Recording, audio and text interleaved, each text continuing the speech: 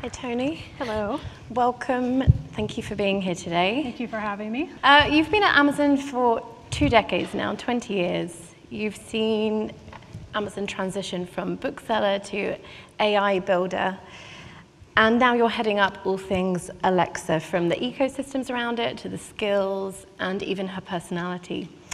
So for anyone who's not really familiar with Alexa's original goal, the original concept was really the Star Trek computer, the all-knowing, helpful voice in the background. And it would be really great from you, first of all, to get an idea of how close Amazon is to accomplishing that epic feat, and really where is Amazon at with AI. I'm scared to mention AI cobblers having this gentleman from the Science Museum's comment, but please do talk about it. Maybe a little bit of context. It's almost to the day 4 years ago that we launched Alexa to the world in the US. And it's fascinating to see just how much progress has been made. When we launched, we had about 13 skills. These are features, things you could do with Alexa, the voice service, and the Echo device. And today, just imagine, we have tens of thousands of skills. We're in 14 countries, 6 languages. We have thousands of third-party devices that have embedded Alexa voice service. We have thousands of third-party skill developers building skills for customers. And with all that said, and Alexa's definitely in the zeitgeist, it's talked about often, it is still very early days around not just speech technology, but artificial intelligence. It's, I think we like to say we're at the tipping point of this. The ability, sort of the compute power that's available to us is actually what's allowed this to be unleashed. And so, but even 4 years in, I think we're just at the beginning. A huge part of what people are expecting sometimes from Alexa is a kind of the spontaneous responses that I know you guys work on curating to kind of give the impression of being more human-like. Can you talk at all about Alexa's capabilities on that front? Can she become more spontaneous? I know you're introducing Alexa Hunches, which is kind of moving towards that. Yeah, one of our customer challenges is, on one hand, it should be very natural to think about all the things you can do with a voice assistant. Voice is very natural. You should just be able to ask a voice assistant for anything. But the challenge is actually knowing what is available and what's capable. And something that may not be there today very likely could be there next week. And so one of the challenges we have is to teach customers, teach them what's available. People get into a comfort zone. We talked about this. They get into their daily routines and habits. And so one of the things that we need to do, and Hunches is a really great example. What Hunches is when you go to turn off your lights at night. It's a smart home capability. And Alexa may notice that you haven't locked your door. Alexa will say, I noticed you didn't lock the door. Would you like me to do that? And that is starting to get predictive around expectations. And so helping customers, it's certainly delightful. You could take that a step forward, and you could also, if it's something that you do every night, you turn off the lights, you say goodnight, we could move that and actually maybe automatically create a routine. So every time you say goodnight, we turn the lights off, we lock the door, shut the garage door, et cetera. And so we're moving in this progression of utilizing sort of predictive technology to help customers and sort of expand their knowledge base of what they can do with Alexa. I mean, Amazon's been treading very cautiously with how it does how Alexa interacts with people to kind of, not verge on the kind of creepy, overly helpful assistant. But that, I mean, would you say that's proving to be a massive obstacle now when you have these thousands of skills and people, the discovery of those skills is still a point of friction. The whole point of Alexa is to remove friction, but then you have to go in the app and load a skill, or you need to know the exact name to ask Alexa about that. So are you hoping Hunches is going to bridge that gap, or are there other ways in to kind of make adoption more natural? Hunches is just one way that we're doing that. We have efforts, for our third-party skill developers so that it's much more natural to interact, so that you don't have to. You can voice-enable skills today. You don't have to go to the app. To me, going to the app is almost a failure. You should really be able to do everything by voice. And so we look at all areas that we think we can reduce friction, and the friction may be for developers as well, not just end customers. But we do think very carefully about how we design the experience for customers, so that I can come up with lots of happy cases for helping you understand all the things you can do with Alexa. But it's just as easy to get it wrong. And I may suggest, a skill. It can be highly personalized. It's at the right time. But there are also times when it may not be relevant. Maybe it's in the morning and you're busy. You're trying to get out of the house, and efficiency is actually more important. And so we have to take these things into consideration when we think about kind of expanding and what is really about being more proactive in the conversation. It is on the spectrum of being more human-like. I mean, you want to be more conversational. You really have to think, what would a human do in this scenario? Would they offer up a suggestion? It's actually a really nice simplifier for us when we think about product design. But we are careful about it. We think a lot about the customer experience. There was a news story earlier this year that came to mind with, you've been trying to work on her being more human-like, and you have the whisper function where if you whisper to Alexa, she'll whisper back. But there was a news story earlier this year, and the headline was basically, Alexa users report random bursts of creepy laughter.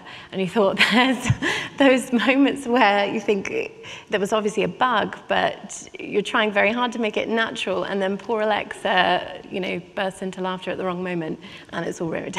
I mean, it's a great example of expectations of customers, and that's a really good learning for us from a design perspective, which was the laugh was very human-like, and when you say, Alexa, can you laugh, and the laugh comes back, it's fun. It's a fun experience, and it's expected. But when it's unexpected, it's creepy. A bit awkward, yeah.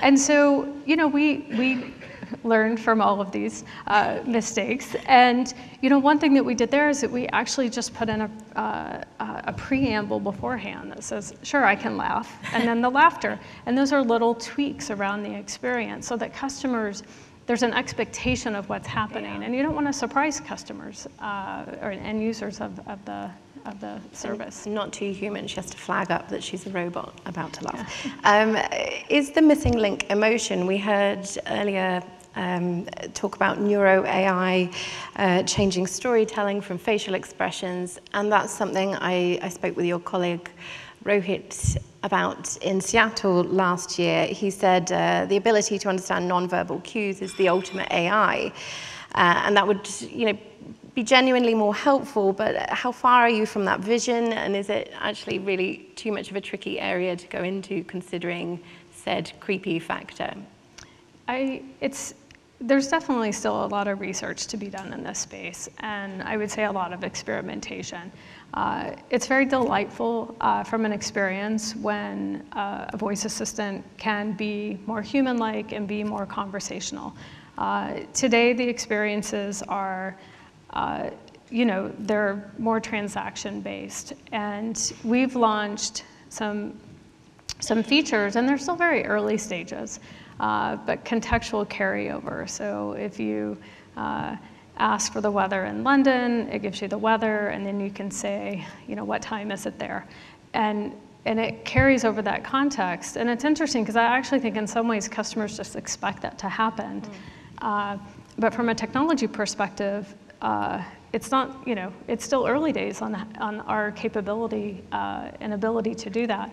But whisper mode is another good example where just like any human would do, if you're trying to be quiet, the baby's sleeping, your partner is asleep, you want to set an alarm, you can whisper to Alexa, and Alexa will whisper back. We announced that just last month, so I'm excited to see that one. And talking about learnings, you're treading very carefully, being incredibly cautious, but then there's always going to be incidents where something goes awry. There was a story earlier this year, I believe, of a couple discussing their hardwood floors, and for some reason Alexa decided to record that and send it to a contact on their contact list who thought they'd been hacked. And again, this made global news headlines everywhere. And what were your learnings from that incident? Yes, everyone knows where Portland is. So the product worked by design. And in that case, the customers Alexa woke up thinking that it heard the wake word Alexa.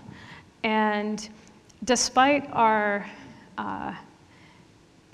designs around confirmation, so through each step of the way, we were doing what we thought was the right thing, which was asking for confirmation. Did you want to send a message? Yes. The light ring is glowing, so it means the stream is open. And when you're looking at the device or you're actually interacting with the device, those things make sense. You know what's happening. But in this case, they weren't actually looking at the device and listening. They were having another conversation. And so while it worked by design, there's still room for us to make improvements on that. And for us, it's important to take in this feedback and sort of look at our experiences so that we want customers to have transparency around what's going on as well. One thing I did want to ask you about, listening to Hannah Fry talking earlier about so much trust in technology and the things that can go awry there. And Amazon is treading very cautiously, but do you have concerns over liability when you think of something like hunches being integrated into places like care homes where Alexa is already making huge difference to people's lives in terms of daily interactions and kind of having some comfort there. But in the future, perhaps people could be relying on taking medication from their hunches. Or I think when it first came out, people talked about, if it reminds you every day to set your alarm, but it doesn't one day, and then you're burgled. Are there those kinds of issues that human behavior is going to change a lot, and we might become overly reliant on Alexa or other voice assistants? Yeah, I would expand that to really any technology that you rely on. And I think for all of those use cases, it's understanding the capabilities. We're very thoughtful about availability and experiences and expectations with customers. And for some of these, I think that we may have to put other designs in place so that it's a safer environment. So you may have local controls for certain things so that it's on the device, and so your alarm scenario. But there are other reasons why my alarm doesn't go off as well. So today you're in homes, you're in cars, you're in hotels, you mentioned care homes, and you launched Alexa for Business late last year. So where else is Alexa going? What are the plans for Alexa? Where are you seeing her? I don't have any news to share on where else she might be going, but I will say that part of our focus is to build a robust set of APIs so that device makers and developers can build experiences. And I like to imagine and think through a day or a week for a user, it can be myself or for individuals, and look at what are all the ways in which we think voice, which is a very natural interaction and user interface, can actually improve the experience. And I think that applies to any industry and vertical, that this is available and something that I think that any industry can take advantage of. So say you've nailed the AI, maybe 10, 20, however many years from now, and Alexa is as close to possible as being a non-creepy human companion. What does that mean for Amazon's business? How is it going to change the entire business and the way you interact? Our focus has been on building a great service for customers, to have it open so that device makers and third-party developers can build on it. And our vision is that we need to surprise and delight customers. We have to find ways to make their lives easier, simpler, add more convenience. I think the rest will take care of itself if we do our jobs right by customers. And a bit of a sweeping question here, but you're an anthropologist by trade, correct? So it's obviously going to have a huge societal impact and change behavior. Can you talk a bit about how you see that impact playing out, what you really want to see from Alexa in the next 20 years, and in terms of how we're going to be interacting with the world around us? Yeah, maybe I'll talk about something that I'm personally passionate about, and that's been a very humbling experience for us, which is, we've built this experience that's been super convenient, and it's great. It helps all of us to, move out through our daily life in a more convenient way. But it's actually been life-changing for other customers, and so it gives a lot of independence for individuals who may not have mobility. They can turn on the lights. You mentioned the care home, so we're working with organizations so that this experience can actually help to drive more independence. It can give the caregivers actually more time. And so I think that these are some interesting use cases and that will really make a difference for a large set of customers. I could talk to you about this all day, but unfortunately, I'm having a flashing light blinking at me. But thank you, Toni, so much, and I really hope to see you next year, perhaps to give us some more news. Thank you, Toni Reid. Thank you so much.